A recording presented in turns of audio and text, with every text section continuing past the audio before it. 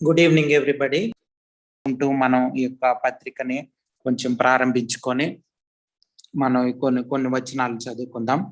మొదటి నుంచి 7 వచనాలు ఎవరైనా చక్కగా స్పష్టంగా చదివి వినిపిస్తారా? మొదటి నుంచి 7 వచనాలు చదువుకుందాం, వీలైనన్ని ధ్యానం చేద్దాం.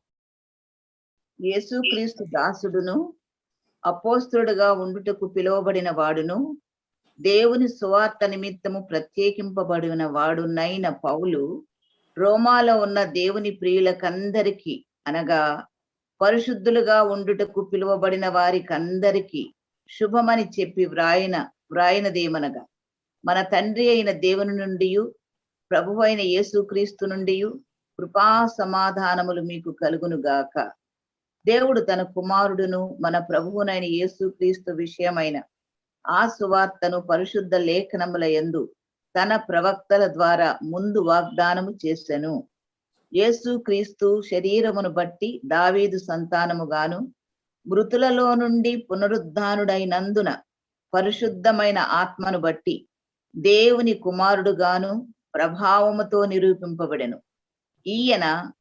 ఈయన నామము నిమిత్తము సమస్త జనులు విశ్వాసమునకు విధేయులగునట్లు ఈయన ద్వారా మేము కృపను అపోస్తులత్వమును పొందితిమి. మీరును వారిలో ఉన్నవారై యేసుక్రీస్తు వారుగా ఉండుటకు పిలువబడి ఉన్నారు. Thank you so much. So ఈ వచనం మనం చూస్తున్నప్పుడు పౌలు భక్తుడు నార్మల్ గా అన్ని పత్రికల్లో ఎలాగైతే తను తాను పరిచయం చేసుకొని వాళ్ళకి శుభములు చెప్తూ దేవుని యొక్క ఆశీర్వాదాలు వాళ్ళకి కలగాలని ప్రార్థన చేస్తూ ఎలాగైతే ప్రారంభం చేస్తాడో సేమ్ ఆ విధంగానే ఈ యొక్క ప్రారంభం మనకి గమనించవచ్చు. అయితే ఈ యొక్క రోమీలకు రాసిన పత్రిక ముఖ్యంగా థీమ్ ఏంటంటే అంటే మూలమైనటువంటి మూల అంశం ఏంటంటే 16-17 వచనాల్లో మనం గమనించవచ్చు. 16-17 వచనాలు నేను చదువుతున్నాను. సువార్తను గూర్చి నేను సిగ్గుపడు వాడను కాను, ఏలయనగా నమ్ము ప్రతివానికి మొదట యూదునికి గ్రీసు దేశస్థునికి కూడా రక్షణ కలుగు చేయుటకు అది దేవుని శక్తి అయి ఉన్నది. ఎందుకనినా నీతిమంతుడు విశ్వాస మూలముగా జీవించునని వ్రాయబడిన ప్రకారం విశ్వాస మూలముగా అంతకంతకు విశ్వాసం కలుగునట్లు దేవుని నీతి దాని యందు బయలుపరచబడుచున్నది. ముఖ్యంగా మనిషికి నీతిమంతుడిగా ఏ విధంగా తీర్చబడతాడు అన్నది మనం ముఖ్యంగా దేవుని యొక్క మూలాంశం ఏంటంటే ఒక్క మాటలో చెప్పాలంటే దేవుని నీతి. అయితే దేవుని యొక్క నీతి మనిషికి ఏ విధంగా ఆపాదించబడుతున్నది అన్నది ముఖ్యంగా మూలాంశం. రోమీలకు రాసిన పత్రిక మొత్తానికి మూలాంశంగా మనం గమనించవచ్చు. చాలా మంది భక్తులు ఏమంటారంటే అసలు బైబిల్కే మూలాంశం ఈ 16-17 వచనాలని చెప్తారు. రోమీలకు రాసిన పత్రిక కాదు కానీ క్రైస్తవ జీవితాలకి బైబిల్కే మూలాంశం అని చెప్తారన్నమాట. సో అంత ప్రాముఖ్యమైంది రోమీలకు రాసిన పత్రిక. సో వీటన్నిటిని మనం గమనిస్తున్నప్పుడు మనం ఎంత జాగ్రత్తగా మనం వీటిని ధ్యానం చేయాలన్నది మనకు అర్థం అవుతా ఉంది. మనం ఎంత జాగ్రత్తగా వీటిని అర్థం చేసుకోవాలి, మన హృదయాల్లో భద్రపరచుకోవాలి అనేది మనకు అర్థం అవుతుంది. అయితే ఇక్కడ మొదటి వచనం చదువుతున్నప్పుడు యేసుక్రీస్తు దాసుడును అపోస్తలుడుగా నుండుటకు పిలువబడిన వాడును దేవుని సువార్త నిమిత్తము ప్రత్యేకింపబడిన వాడునైన పౌలు రోమాలో ఉన్న దేవుని ప్రియులందరికీ అనగా పరిశుద్ధులుగా ఉండుటకు పిలువబడిన వారికి అందరికీ వ్రాయినది. ఇది మనం గమనించవచ్చు. పౌలు భక్తుడు తన్ను తాను పరిచయం చేసుకుంటున్నటువంటి విధానం. అక్కడ మొట్టమొదటిగా తను తాను పరిచయం చేసుకుంటున్న విధానంలో మనం గమనిస్తున్నాం ఏంటంటే యేసుక్రీస్తు దాసుడును అని ఉంది. అంటే ఇంగ్లీష్ లో ఏమనుందంటే బాండ్ సర్వెంట్ అని ఉంది. అంటే మనం ఇంకా తెలుగులో ఇంకా మనం భాషలో చెప్పాలంటే బానిస అనే అర్థంగా మనం గమనించవచ్చు. యేసుక్రీస్తుకి దాసుడిలాగా బానిసలాగా ఉన్నాను అని అర్థం వస్తుంది అనమాట. చూస్తున్నప్పుడు మనం యొక్క బానిసల గురించి లేకపోతే దాసుడిని గురించి కొంచెం అర్థం చేసుకోవాలి. ఎందుకు ఇలాగా అన్నాడు తను తాను అన్నది మనం అర్థం చేసుకోవాలి. అయితే ప్రశ్న ఏంటంటే, ఎందుకు తను తాను యేసుక్రీస్తుకి దాసుడను అని పరిచయం చేసుకున్నాడు? ఎందుకు అయి ఉండొచ్చు?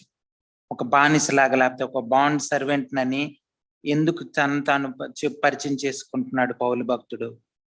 బాండ్ సర్వెంట్ లాగా మనం చూస్తాం. చాలా మంది పాత కాలంలో కొంతమంది రైతుల దగ్గర, పెద్ద పెద్ద యజమానుల దగ్గర వాళ్ళు పనిచేసే వాళ్ళు జీతగాడ అంటారు, లేకపోతే ఇలాగా ఒక బానిసల్లాగా ఉంటారు. సో వాళ్ళ జీవితాలు మనం చూస్తున్నప్పుడు మనకు కొంత అర్థం అవుతుంది. అయితే ఈ పౌలు భక్తుడు ఎందుకు ఆ విధంగా పరిచయం చేసుకుంటున్నాడు? ఎందుకు అయి ఉండొచ్చు? క్రీస్తు ఆయన్ను కొనుక్కున్నాడు గనక తన స్వరక్తం ఇచ్చి అవును, అవును, ఆయన బానిస అయిపోయాడు. Thank you so much.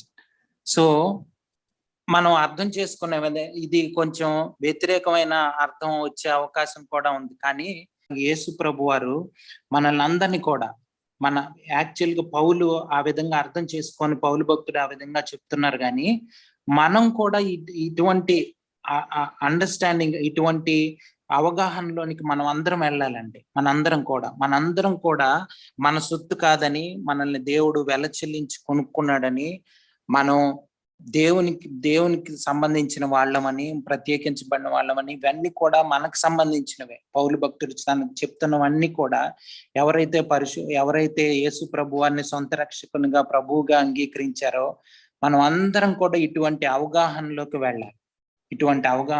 వెళ్ళాలి. యేసుక్రీస్తు దాసుడినని అందుకే చెప్తున్నాడు. అయితే బాండ్ సర్వెంట్ అని అందుకని యేసు ప్రభు వారు వేల చెల్లించి కొనుక్కున్నారని చెప్తున్నారు. అయితే సర్వెంట్ యొక్క లైఫ్ ఎలా ఉంటదండి? లైఫ్ స్టైల్ అంటే జీవన విధానం ఎలా ఉంటది? బానిసలు ఎలా ఉంటారు? దాసులు ఎలా ఉంటారు? వారికి సొంత ఆలోచనలు గాని సొంత ఉద్దేశాలు ఉండవు అసలు. ఫ్రీడమ్ లేదు.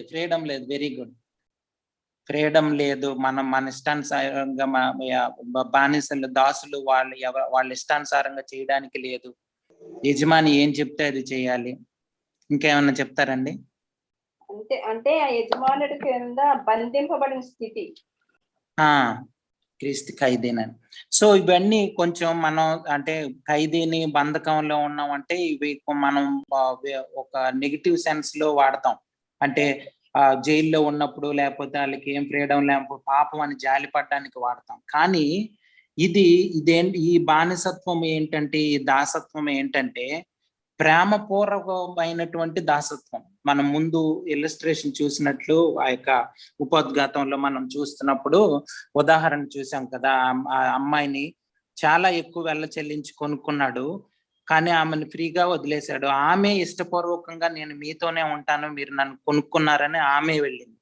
సో అలాగా మనం కూడా ఈ లోకాన్ని, పాపాన్ని, మన శరీర ఆశల్ని, వీటన్నిటిని వదులుకొని అవి మంచివి కావదని గ్రహింపుకు వచ్చి, పరిశుద్ధాత్మ దేవుడు మనల్ని ఒప్పింపజేసినప్పుడు ఆ గ్రహింపుకు వచ్చి ఒక ప్రేమ పూర్వకమైనటువంటి బంధంలోనికి, యేసు ప్రభు వారి ఆ బాంధవ్యంలోనికి మనం వెళ్ళాం.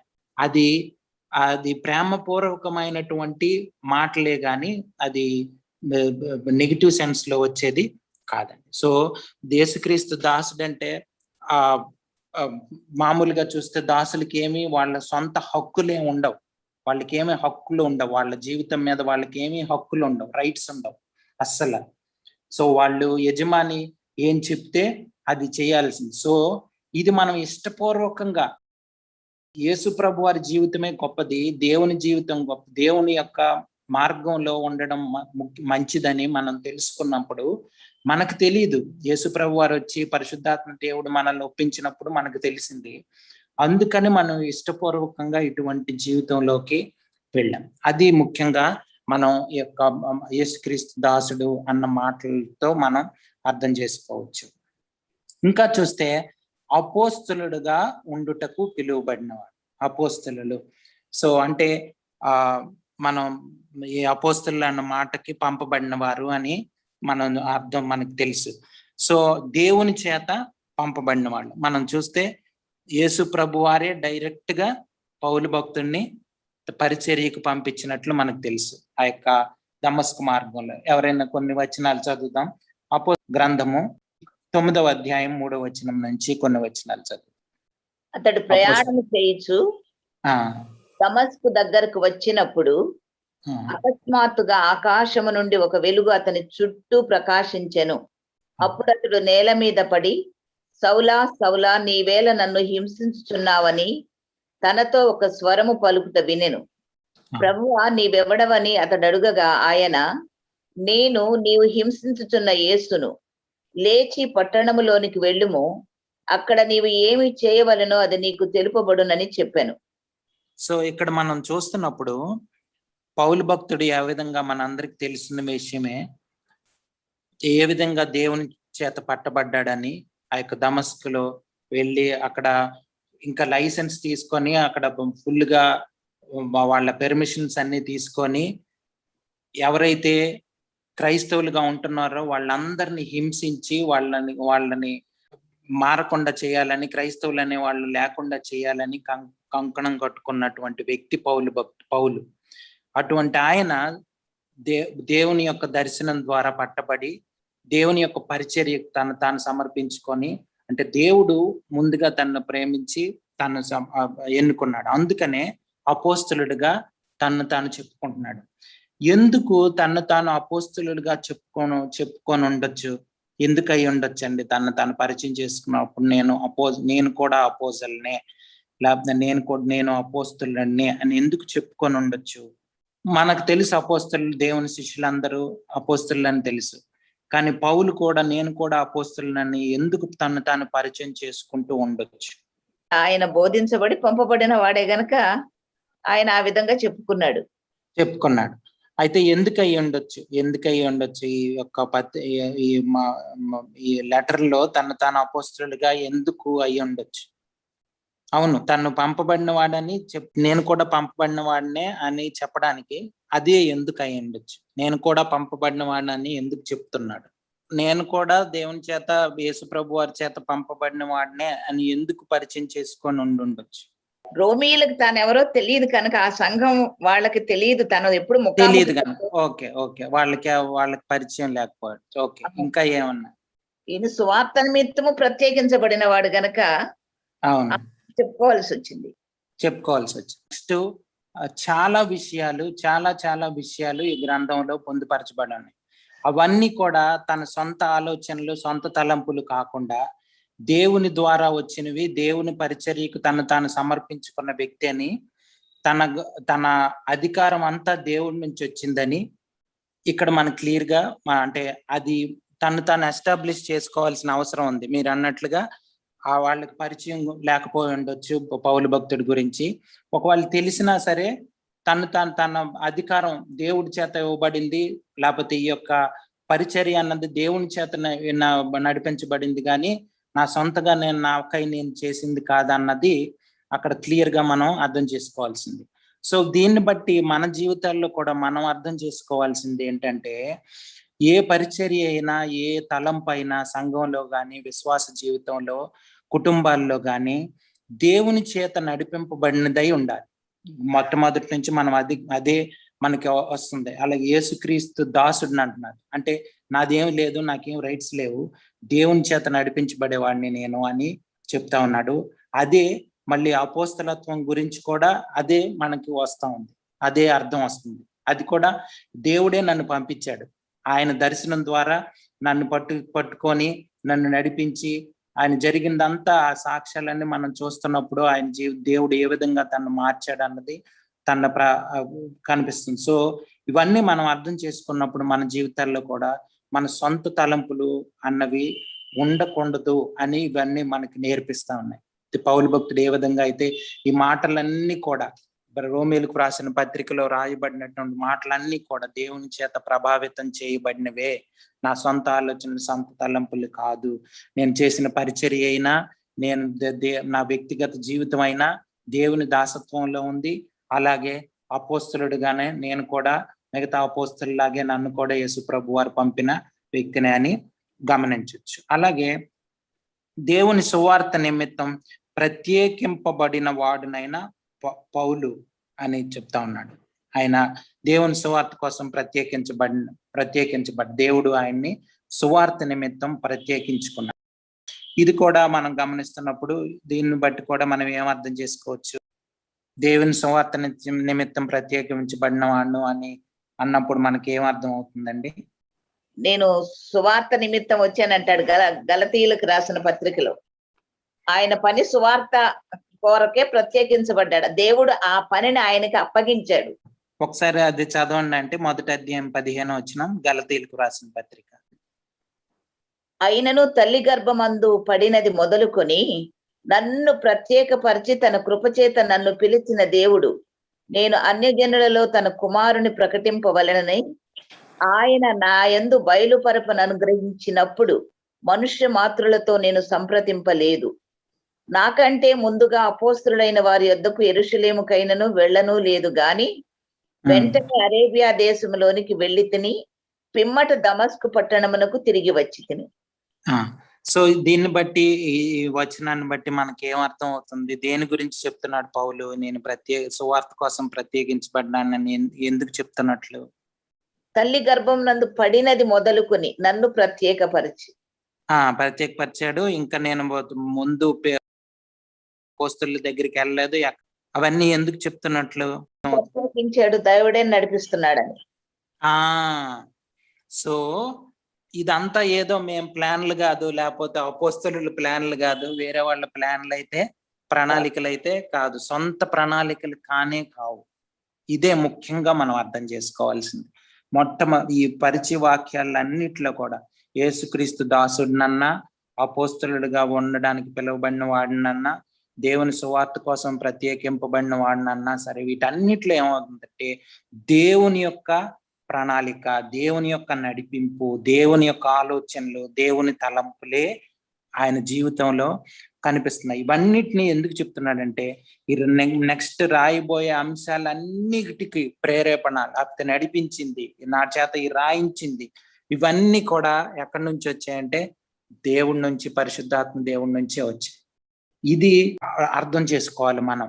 ఆ రోమా సంఘం కానీ, లేకపోతే ఈరోజు మనం ఇక్కడ ఈ సాయంత్రం సమయంలో మనం ధ్యానం చేస్తున్న మనం అందరం కూడా అర్థం చేసుకోవాల్సింది ఏంటంటే, ఈ పత్రికలో ఉన్నటువంటి ప్రతిది కూడా దేవుని యొక్క తలంపులు, దేవుని ఆలోచనలు, దేవుని నడిపింపే ఉంది. దానికోసం పౌలు భక్తుడు ఇవన్నీ తాను ఆ విధంగా పరిచయం చేసుకుంటూ మనల్ని కూడా బలపరుస్తూ ఉన్నాడు. మనం కూడా మన జీవితాలని ఈ విధంగా కట్టుకోగలిగితే అది ఒక గొప్ప జీవితం అవుతుంది. మన చేత వీళ్ళందరూ కూడా మనలాంటి మనుషులే, కానీ వాళ్ళు దేవుని చేత పట్టబడినప్పుడు వాళ్ళు గొప్ప అద్భుతమైనటువంటి పరిచర్య, అద్భుతమైనటువంటి ప్రభావం కలిగినటువంటి వాక్యాలు రాయగలిగారు. పరిశుద్ధాత్మ దేవుని చేత నింపబడి ఇటువంటి గొప్ప పరిచర్య చేశారు. సో మనం కూడా ఛాలెంజ్ చేస్తున్నాడు. ఈ యొక్క సాయంత్రం సమయంలో దేవుడు మనల్ని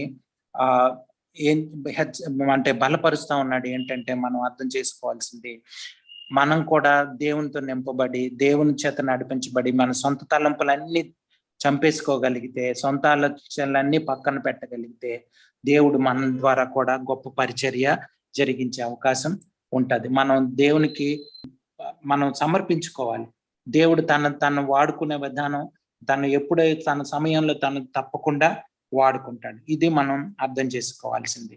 అయితే పౌలు రోమాలో ఉన్న దేవుని ప్రియులందరికీ, అనగా పరిశుద్ధులుగా ఉండుటకు పిలువబడిన వారి అందరికీ శుభమని చెప్పి వ్రాయనిది. ఈ సంఘం, రోమా సంఘం మోస్ట్లీ అంటే ఎలాగా ఇది వచ్చిందన్నది, ఆ యొక్క యెరూషలేము, ఆ యొక్క పట్టణంలో అప్పుడు పరిశుద్ధాత్మ దేవుని యొక్క నింపుదల, పెంతెకొస్తు దినమున వాళ్ళందరి మీదకి పరిశుద్ధాత్మ దేవుడు వచ్చినప్పుడు, వాళ్ళ శక్తి చేత నింపబడినప్పుడు 1000 మంది ఒకే రోజు, 3000 మంది ఒకే రోజు యేసు ప్రభు వారిని నమ్ముకున్నారు. ఆ తర్వాత పరిశుద్ధాత్మ దేవుని చేత నింపబడ్డారు. వాళ్ళందరూ కూడా అనేక ప్రాంతాలకు వెళ్ళారు. అందులో కొంతమంది విశ్వాసులు అక్కడికి వెళ్ళి ప్రారంభించి ఉండొచ్చు అన్నది ఒక అభిప్రాయం. సో ఇటువంటి అక్కడ ఉన్న పరిశుద్ధులకి అక్కడ ఎక్కువ మంది అన్యజనులు దేవుణ్ణి అంగీకరించిన అన్యజనులు ఉన్నారని, అలాగే కొంతమంది యూదులు కూడా ఉన్నారని మనం గమనించవచ్చు. సో అటువంటి రోమాలో ఉన్న దేవుని ప్రియులందరికీ పరిశుద్ధులుగా ఉండటకు పిలువబడిన వారందరికీ శుభమని చెప్పి వ్రాయండి. ఇంకా చూడండి, అక్కడ ఒక డ్యూటీ గుర్తు చేస్తున్నాడు వాళ్ళందరికీ కూడా పౌలు భక్తుడు. ఏంట బాధ్యత? ఒక బాధ్యత పౌలు భక్తుడు గుర్తు చేస్తున్నాడు మనందరికీ కూడా. ఏంట బాధ్యత? పరిశుద్ధంగా ఉండాలని. మనం దేనికోసం పిలువబడ్డాము అన్నది ముఖ్యంగా మనందరం కూడా పరిశుద్ధులుగా ఉండడానికి దేవుడు మనల్ని పిలిచాడు. పరిశుద్ధులు అంటే మామూలుగా మనం అర్థం చేసుకుంటే ప్రత్యేకింపబడిన వారు అని అర్థం.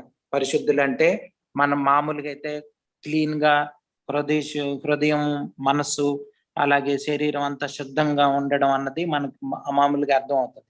అంతేకాకుండా బైబిల్ గ్రంథంలో దీనికి ప్రత్యేకంగా ఏంటంటే మనం ప్రత్యేకించబడిన వాడు, దేవుని కోసం ప్రత్యేకమైన జీవితం జీవించడానికి దేవుడు మనల్ని పిలుచుకున్నాడు. పరిశుద్ధత అంటే ప్రత్యేకమైన జీవితం అని మనం అర్థం చేసుకోవాలి. ఈ లోకానికి దేవుని జీవితానికి సంబంధం లేదు. అందుకే మొట్టమొదటికి మనం వాక్యం చదువుతున్నప్పుడు యెషయా గ్రంథంలో, నా తలంపులు వేరు మీ తలంపులు, నా మార్గాలు వేరు మీ మార్గాలు, అది ఆకాశానికి భూమికి ఎంత దూరం ఉందో అంత దూరం ఉంది. ఆయన తలంపులు ఆకాశమంత ఉన్నతమైనవి, మనవి అంత ఉన్నతమైనవి కావు. మన తలంపులన్నీ మంచివి కావు, దేవునికి వ్యతిరేకమైనవని అర్థం చేసుకోవాలి. అంత తేడా ఉంది. సో ఈ తలంపులు అన్నీ కూడా దేవుని పద్ధతిలో మనం మార్చుకోగలిగితే మనం పరిశుద్ధులు, అటువంటి జీవితం, ప్రత్యేకమైన జీవితాన్ని జీవించడానికి పిలువబడ్డాం. అందుకని మనం పరిశుద్ధులమయ్యాం. సో మనం ఏదో చేసిన దాన్ని బట్టి కాదు, కానీ దేవుడు మనల్ని ప్రత్యేకించిన విధానాన్ని బట్టి మనం పరిశుద్ధులుగా పిలువబడుతుంది. సో ఇది మనం గుర్తుంచుకోవాల్సింది. మనం ప్రత్యేకమైన జీవితం జీవించడానికి పిలువబడిన వాళ్ళని కనుక పరిశుద్ధులని వాళ్ళని సంబోధిస్తా ఉన్నాడు. పిలువబడిన వాళ్ళందరికీ శుభమని చెప్పి వ్రాయినది. మన తండ్రి అయిన దేవుని నుండి, ప్రభు అయిన యేసుక్రీస్తు నుండి కృపా సమాధానములు మీకు కలుగును గాక. సో ఇది ఒక ఆయన ఆశీర్వాదంగా, గ్రీటింగ్స్ లాగా కృపా సమాధానాలు మీకు కలుగు. సో ఇక్కడ మనం ఆలోచిస్తే క్రైస్తవ జీవితానికి ఈ కృపా సమాధానాలకి ఎందుకు ఈ విధంగా ఆయన దీవించవచ్చు, లేకపోతే ఎందుకు ఈ విధంగా శుభాలు చెప్తున్నాడు? కృపా సమాధానాలు మీకు కలుగునుగా కానీ ఎందుకు చెప్తాం? లేకపోతే మామూలుగా కూడా ఎందుకు చెప్తాం మనం అంటే, ఇక్కడ క్రీస్తు నుండి మీకు కృపా సమాధానాలు కలగాలని ఎందుకు ఆయన దీవించి ఉండొచ్చు? కృపచేతనే రక్షింపబడ్డాము గనక. మనం ఎలాగ రక్షింపబడ్డామో, రక్షణలో ఎలాగ కొనసాగుతామో, రక్షణ సంపూర్ణంగా అవడానికి, వీటన్నిటికి కూడా మనకి దేవుని యొక్క కృప అవసరం. అలాగే ఆయన సమాధానం మన జీవితంలో ఉండడం చాలా ప్రాముఖ్యమైనది. అంటే సమాధానం అంటే శాంతి, సమాధానం అంటే ఏ గొడవలు అవి ఉండవు, లేకపోతే డిస్టర్బెన్స్లు ఉండవు, లేకపోతే శ్రమలు ఉండవు, ఇవన్నీ కాదు. ఒకసారి ఒక రాజు గారు సమాధానం అనే టాపిక్ ఇచ్చి పెయింటింగ్స్ వేసుకొని తీసుకురమ్మన్నాడంట. అందరికి పెయింటింగ్స్ వేసుకొని తీసుకురమ్మంటే అందరూ ప్రశాంతంగా ఉన్నటువంటి వాతావరణం, అటువంటి పెయింటింగ్స్ అన్ని తీసుకొచ్చారు. అయితే అందులో రాజుగారు అన్ని చూసే ఆ యొక్క చిత్రాలన్నీ, కళాకారులు వేసినటువంటి ఆ చిత్రాలన్నిటిని చూసి ఏ చిత్రం బాగుందన్నది చూడడానికి ఒక 2 చిత్రాలని సెలెక్ట్ చేసి ఆ రెండిట్లో దేనికి ప్రైజ్ వస్తుందని అందరు చూస్తున్నారట. ఒకటేమో ప్రశాంతమైన వాతావరణం ఉంది, ఆహ్లాదకరమైన వాతావరణం, ప్రశాంతంగా చల్లని గాలి, చల్లని అటువంటి మేఘాలు, మంచిగా ప్రశాంతంగా వాతావరణం ఉంది. అయితే ఇంకొక పిక్చర్ ఉందంట, ఇంకొక చిత్రం ఉంది, చిత్రపటం. అది ఎలా ఉందంటే గాలి, తుఫాను ఇలా రేగుతున్నట్లు, పెద్ద పెద్ద చెట్లు ఇలా వంగిపోయి పెద్ద గాలి వస్తున్నట్లు, ఒకవైపు నుంచి ఏమో పెద్ద వరదలు వస్తున్నట్లు అలా గీసుందంట. గీసుంటే ఈ ప్రశాంతంగా ఉన్నది బానే ఉంది, ఇదెందుకు అసలు సెలెక్ట్ చేశారు రాజుగారు అని అందరూ ఆశ్చర్యపోతున్నారు. ఇంతకీ ప్రైజ్ ఎవరికి వస్తుంది, మొట్టమొదటి ప్రైజ్ ఎవరికి ఇస్తారని చూస్తే ఏదైతే గాలి ఎక్కువగా దుమారం లాగా ఉందో, తుఫాన్ లాంటి వాతావరణం ఉందో, వరదల లాంటి వాతావరణం కనిపిస్తుందో దానికి ఆయన బహుమానం ఇచ్చారంట రాజుగారు. అయితే అందరూ ఏంటి దీనికి వచ్చింది బహుమానం అనుకుంటున్నారు. తీరా చూస్తే ఆ కొండ చర్యల్లోని ఒక పక్షి గూడు కట్టుకొని ఆ గూడులో ప్రశాంతంగా ఉందంట పక్షి. చుట్టుపక్కలంతా వరదలు గందరగోళంగా ఉంది పరిస్థితి, కానీ ఆ పక్షి మట్టుకు ఆ గూడులో ప్రశాంతంగా చూస్తుందంట అవన్నీ కూడా. సో దేవుడిచ్చే సమాధానం ఏంటంటే, ఈ లోకంలో మనకు చాలా రకరకాలైన దేవునికి వ్యతిరేకంగా మనం దేవునికి సమర్పించుకున్న దగ్గర నుంచి వ్యతిరేకమైన ఈ పనులు ఇవన్నీ కూడా మనకు కనిపిస్తాయి. సొంత ప్రజలే మనల్ని వ్యతిరేకించవచ్చు, స్నేహితులు దూరం అయిపోవచ్చు, లేకపోతే రకరకాలైనటువంటి జరుగుతాయి. ఎప్పుడైతే మనం దేవుని చిత్తానుసారమైన జీవితం జీవించడానికి ఇష్టపడ్డామో, అదే ఆ వాక్యానుసారమైన జీవితం జీవించడానికి తీర్మానించుకున్నామో, అప్పుడు లోకం నుంచి వ్యతిరేకత మనకి కనిపిస్తుంది. అయినా సరే ఎన్ని వ్యతిరేకతలు ఉన్నా, ఎన్ని దేవునికి వ్యతిరేకమైనటువంటివి ఎన్ని జరుగుతున్నా మన చుట్టుప్రక్కల, దేవుడు మనకి సమాధానం ఇస్తాడు మన హృదయాల్లో ప్రతి పరిస్థితిలో కూడా. ఈ సమాధానం అన్నది క్రైస్తవులంగా మనందరికీ చాలా చాలా చాలా అవసరం. దేవుని చిత్తంలో ఇటువంటి సమాధానం పొందుకునే అవకాశం ఉంటుంది. మనం దేవుని చిత్తం చేస్తున్నప్పుడు ఇటువంటి సమాధానం దేవుడు మనకు అనుగ్రహిస్తాడు. ఈ ఫాల్స్ పీస్ కూడా ఉంటది. అది ఎలాగంటే, మనకు బాగా డబ్బులు ఉన్నప్పుడు, లేకపోతే బాగా మంచిగా మా వాతావరణం అంతా బాగున్నప్పుడు ప్రశాంతంగా అబ్బా దేవుడు ఆశీర్వదించాడు అనుకునే అపోహలో ఉండే అవకాశం కూడా ఉంది. అది కాదు, ఎన్ని సమస్యలు వచ్చినా, ఎన్ని డిస్టర్బెన్సెస్ వచ్చినా దేవుడు సమాధానం ఇస్తాడు. మనం చూడండి శిష్యుల జీవితాల్లో మనం గమనిస్తున్నప్పుడు వాళ్ళకి అనేకమైన శ్రమలు వచ్చాయి. వాళ్ళకి ఇష్టం వచ్చినట్టు కొట్టారు, చనిపోయేంత వరకు కొట్టారు, చాలా అవమానం పరిచారు, రకరకాలైన హింసలు శ్రమలు ఎదురయ్యాయి. ఎప్పుడైతే యేసు ప్రభు వారిని అంగీకరించారో, ఎప్పుడైతే వాళ్ళు ప్రత్యేకమైన జీవితం కోసం సమర్పించుకున్నారో, అనేకమైన శ్రమలు అనుభవించారు. అయినా సరే వాళ్ళకు హృదయంలో దేవుని యొక్క సమాధానం ఉండేది. ఎప్పుడు కూడా దేవుని యొక్క సమాధానం చేత వాళ్ళు నింపబడారు. ఇది క్రైస్తవులంగా, విశ్వాసులంగా మన అందరికీ సమాధానం అవసరం. ఈ సమాధానం కావాలి. అది నిజమైన సమాధానం.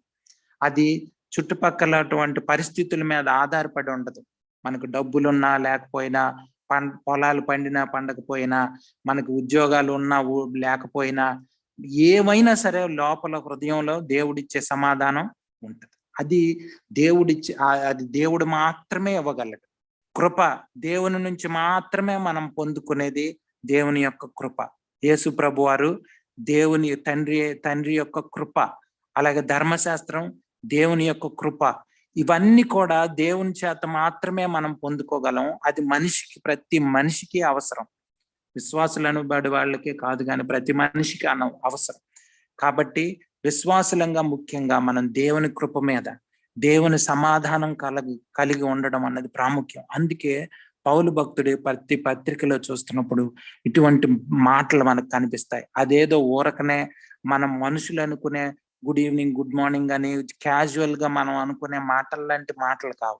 దేవుని చేత ప్రేరేపించబడి, పరిశుద్ధాత్మ దేవుని చేత నింపబడి, ఆయన పరిశుద్ధాత్మ దేవుడు పలుకుతున్నటువంటి మాటలు ఇవి. సో ఆయన కృప, ఆయన సమాధానం మనకి ఎప్పుడు అవసరం అండి, ఎప్పుడు అవసరం. మనం ఏమనుకుంటామంటే, నాకు తెలివితేటలు ఉన్నాయి, కృప అవసరం లేదు, ఈ డబ్బులు ఇవన్నీ ఉంటే సమాధానం వస్తుందండి, నాకు దేవుడిచ్చే సమాధానం అవసరం లేదు అనుకుంటాం. మనం ఇదే నిజమైన సమాధానం అనుకుంటాం. సో అది నిజమైన సమాధానం కాదు, అది టెంపరరీ. ఈ లోకంలో ఉన్నంత కాలం బహుశా అది కొంత మేరకు మనకు ఉపశమనం కలిగించొచ్చేమో, కానీ అది నిజమైనటువంటి సమాధానం కానే కాదు. దీనికోసం మనం ప్రాకులాడాలి. అందుకనే యేసు ప్రభు వారు యొక్క కొండ మీద ప్రసంగంలో మాట్లాడుతున్నప్పుడు, దేవుని యొక్క నీతి కొరకు ఆకలి దప్పులు గలవారు ధన్యులనంత. సో దేవుని నీతి కోసం, దేవుని యొక్క కృప కోసం, ఆయన సమాధానం కోసం ఆయన ఇవ్వాలి. ఏ ఆశీర్వాదమైనా నాకు దేవుడి నుంచి రావాలన్న అది మనకి మనందరికి ఉండాలి. అందుకనే ఇటువంటి ఆశీర్వాదం అటువంటి ఆశీర్వాదం ఆయన ఇస్తున్నాడు అనమాట. సో దేవుడు కూడా ఇటువంటి దీవెనలు మనకి ఇవ్వాలని ఇష్టపడుతున్నాడు. మనం ఇటువంటి జీవితాన్ని కోరుకుంటే ఆయన దీవెనలు మన మీద ఉంటాయి. సో ఇది మనం ఇక్కడ జాగ్రత్తగా మనం అర్థం చేసుకోవాలి. నెక్స్ట్ వచనం చదువుతున్నాను. దేవుడు తన కుమారుడును మన ప్రభు అయిన యేసుక్రీస్తు విషయమైన ఆ సువార్తను పరిశుద్ధ లేఖనముల యందు తన ప్రవక్తల ద్వారా ముందు వాగ్దానము చేసెను. ఇది యేసు ప్రభు వారి యొక్క జీవితం గురించి మనం అర్థం చేసుకోవచ్చు. యేసు ప్రభు వారు ఆ సువార్తను పరిశుద్ధ లేఖముల యందు తన ప్రవక్తల ద్వారా ముందుగా వాగ్దానం చేశారు. యేసు ప్రభు వారు మన కోసం చనిపోవడం, తిరిగి లేవడం, ఇవన్నీ కూడా ముందుగానే ఆ యొక్క ప్రవక్తల ద్వారా మనం పాత నిబంధన గ్రంథంలో మనం మనకు ఏ విధమైనటువంటి రక్షణ మనకు కలుగుతుందని ఆ సువార్త గురించి నా మాటలు మనం గమనించవచ్చు ప్రవక్తల ద్వారా. సో ఇది ఇక్కడ ఈ వచనంలో మనం చూడొచ్చు. అయితే ముందుగా వాగ్దానం చేసిన అంటున్నాడు. సో ముందుగా ఇది వాగ్దానం చేయబడింది అని ఎందుకు చెప్తుండొచ్చండి? యేసుక్రీస్తు యొక్క జననము, మరణ పునరుద్ధానాలు ఎందుకు చెప్పాడు అంటే ఇశ్రాయేలీలు నమ్మడానికి, కానీ వారు ప్రవక్తల ప్రవచనాలను వారు నమ్మలేదు. సో మనం కూడా ఇప్పుడు చాలా విషయాలు నేర్చుకున్నాం. ఈ యొక్క మొదటి అధ్యాయం మొదటి వచనం నుంచి ఇప్పటి వరకు ఈ 7 ఆల్మోస్ట్ 4-5 వచనాలు చదువుకున్నాం. సో ఈ వచనాలన్నిటిని మనం చూస్తున్నప్పుడు మనకి ఏమర్థం అవుతుందండి? ఏం చేయాలి? ఈ వచనాలన్నీ ఎందుకు పౌలు భక్తుడు ఇవన్నీ చెప్తున్నాడు? దాసుడిని, అపోస్తలుని, పిలువబడిన వాడిని, దేవుని చేత ఈ సువార్త వచ్చింది, ఇదంతా ఇప్పుడు ఏదో వచ్చింది కాదు, ప్రవక్తలు ముందుగానే చెప్పారు. ఈ మాటలన్నీ ఎందుకు చెప్తుండొచ్చండి? అంటే ఈ సాయంత్ర సమయంలో పరిశుద్ధాత్మ దేవుడు మనతో పంచుకుంటున్నాడంటే మనం ఏమర్థం చేసుకోవచ్చు? ఆయన క్రీస్తు ఖైదీని, క్రీస్తు చేత పంపబడిన వాడునని ఆల్రెడీ చెప్పాడు కనుక ఆ మాటలు సత్యమైనవి. ఆ సత్యమైన మాటలు అందరు నమ్మాలన్న ఉద్దేశంతో. అవును, కరెక్ట్.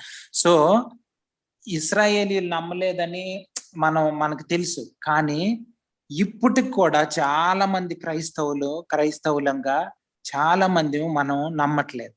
చాలా వచనాలు, చాలా వాక్యాలు కొన్ని సంఘాల్లో ఉంటాయి. అన్ని బైబిల్ వాక్యాలని మనం నమ్మం. మనకి ఏ వాక్యం అనుకూలంగా ఉంటే ఆ వాక్యాన్ని నమ్ముతాం. ఏ వాక్యం అయినా మనకు అనుకూలంగా లేకపోతే ఆ వాక్యాన్ని తీసి పక్కన పెడతాం. క్రైస్తవులంగా మనం అలాగ ఉండకూడదు.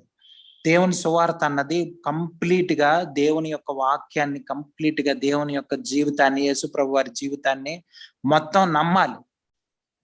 నమ్మడం అంటే ఊరికనే నమ్ముతున్నానండి అని పైకి చెప్పడం కాదు. మనం ఆల్రెడీ యోహాను సువార్తలో, ఆ యొక్క పత్రికల్లో, మొదటి యోహాను ఆ పత్రికల్లో మనం చదువుకున్నాం. ఊరికనే చెప్తే నువ్వు అబద్ధికుడు అవుతావని ఉంది అక్కడ పత్రికల్లో మనం చదువుతున్నప్పుడు. సో మనం ఆ విధంగా ఉండకూడదు. కంప్లీట్ గా నమ్మి దేవుని వాక్యానికి మనల్ని మనం సమర్పించుకోవాల్సిన అవసరం ఉంది. సో ఈ మాటల్లో అన్ని చదువుతున్నప్పుడు ముఖ్యంగా ఎందుకంటే చాలా విషయాలు ఇప్పుడు మనం అర్థం చేసుకోవడానికి ప్రయత్నం చేశాం. రోమీలకు రాసిన పత్రికని గురించి, పౌలు భక్తుని యొక్క జీవితాన్ని గురించి, అలాగే కృపా సమాధానం మనకు అవసరం అని. సో ఈ మాటలన్నీ అర్థం చేసుకున్నప్పుడు ఏంటంటే వాటిలన్నిటిని నమ్మి మనం దాని ప్రకారం జీవించడానికి ఇష్టపడాలి. కరెక్ట్ గా నిర్ణయం తీసుకునే టైంకి మనం బైబిల్ని, దేవుని వాక్యాన్ని పక్కన పెడతాం చాలా సార్లు. కనుక ప్రతి నిర్ణయం, ప్రతి ఆలోచన దేవునికి సమర్పించుకొని ఆయన నుంచి రావాలండి ప్రతి ఆలోచన కూడా. పౌలు భక్తుడు, శిష్యులు, అపోస్తలులు అందరూ ఎటువంటి జీవితాన్ని జీవించారో అవన్నీ మన ముందుకి దేవుడు ఎందుకు ఈ సాయంత్ర సమయంలో మనకి గుర్తు చేస్తున్నాడు, ఆవిష్కరిస్తున్నాడు అంటే వాటి నుంచి మనం నేర్చుకొని మన జీవితాలని ఆ విధంగా కట్టుకోవాలండి. ఈ రోమీలకు రాసిన పత్రికలో చూస్తున్నప్పుడు దేవుడు అన్న మాట చాలా సార్లు ఎక్కువగా వాడబడి ఉంది. అంటే దేవుని గురించి అర్థం చేసుకోవడానికి ఈ గ్రంథం చాలా ఎక్కువగా ఉపయోగపడుతుంది. దేవుని యొక్క ఉన్నతమైన ఆయన తలంపుల్ని, ఆయన ఉద్దేశాలను అర్థం చేసుకోవడానికి రోమీలకు రాసిన పత్రిక బాగా ఉపయోగపడుతుంది. అలాగే దేవుని సువార్త అని మాట్లాడాడు. సో సువార్త అన్నది దేవుడి నుంచి వచ్చింది, మనుషుల ద్వారా కల్పించబడింది కాదు. సో వీటన్నిటిని చూస్తున్నప్పుడు దేవుడు నిజంగా ప్రభు ఆయన రక్షకుడని అర్థం చేసుకొని ప్రభావితం అవ్వాలి. భక్తులు యొక్క మాటల్ని అర్థం చేసుకునే విధానం గమనిస్తున్నప్పుడు చాలా గొప్పగా ఉంటదండి.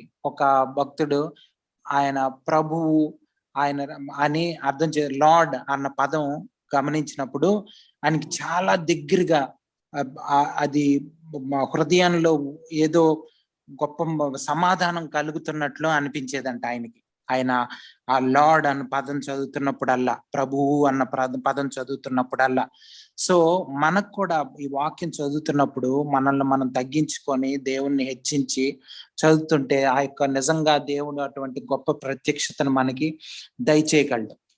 సో దేవుడు లేకపోతే ఆయన ప్రభువు ఈ మాటలు వింటున్నప్పుడు ఆయనకి ఏదో ఆయన దగ్గర ఆయన సొంతంగా ఆయనకి సంబంధించిన వాళ్ళు, లేకపోతే ఇది నిజమైన లైఫ్ అని అర్థం చేసుకోవడం, అటువంటి అనుభూతికి మనం కూడా లోనవుతే మనకి చాలా బాగుంటది. సో పరిశుద్ధాత్మ దేవుడు అటువంటి అనుభూతులను మనకి ఇంకా ఇంకా ఇవ్వగలడం, మనం వాక్యాన్ని కానీ సరిగ్గా అర్థం చేసుకొని దాన్ని బాగా ధ్యానం చేయగలిగితే.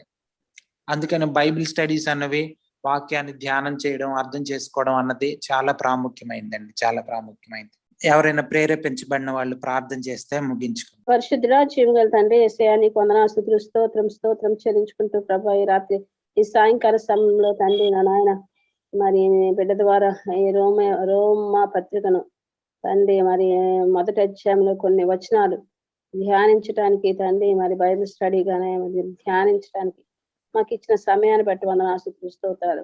ఇంకా చాలా ముందు చాలా నాయన ఈ పత్రిక ద్వారా మరి ఎన్నో మరి లోతైన తండ్రి సంగతులను నేర్చుకోవటానికి మేము ఆశపడుచుండగా తండ్రి నీ బిడ్డను అభిషేకించి తండ్రి వాడుకోమని అడుగుతున్నాం ప్రభా.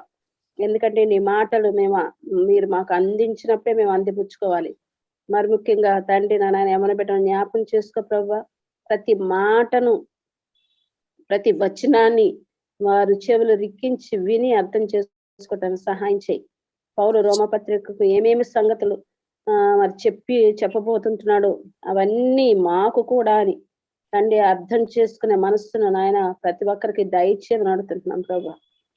నా నాయన నీ గ్రంథంలో రాసిన ప్రతి మాట తండ్రి ప్రతి అక్షరము మా కొరకే దేవా. అందుకని ఈ జీవగా మరి పరిశుద్ధ గ్రంథాన్ని మా చేతికి ఇచ్చి ఉంటున్నావు తండ్రి.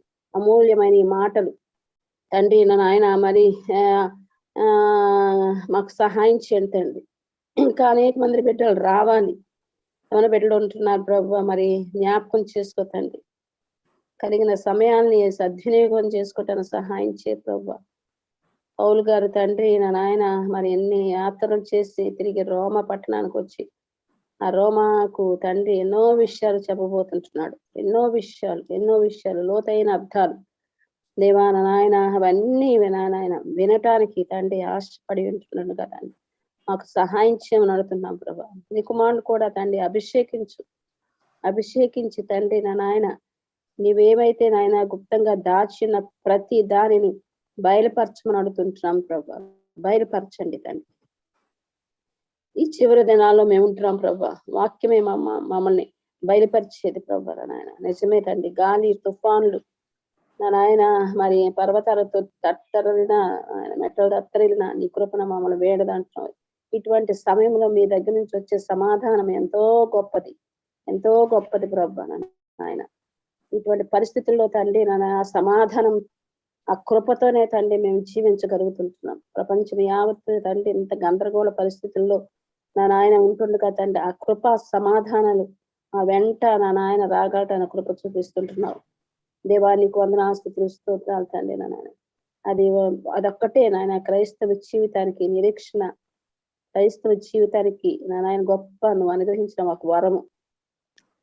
యేసు నీకు వందనాస్తుతులు స్తోత్రం చెల్లించుకుంటున్నాం ప్రభు నాయన. క్రీస్తు నుండి వచ్చే కృపా సమాధానము నాయన మీకు కలుగును గాక అంటున్నాడు రోమా సంఘానికి. నాయన మాకు అవసరమయ్యా ఈ కృపా సమాధానం ఈ దినాలలో తండ్రి నాయన. మీరు మీ ఈ యొక్క వాగ్దానాన్ని బట్టి వందనాస్తుతులు స్తోత్ర మరి తండ్రి నాయన మరి ఇంకా గొప్ప లోతైన అర్థాలు మేము తెలుసుకోవటానికి ఈ కుమారుడు వాడుకోమని అడుక్కుంటూ తండ్రి ఇంకా రావాల్సిన బిడ్డడు కూడా ఏడవటానికి సహాయం చేయమని ఏసునామములో అడిగి వేడుకుంటున్నాం తండ్రి. ఆమేన్. ఆమేన్.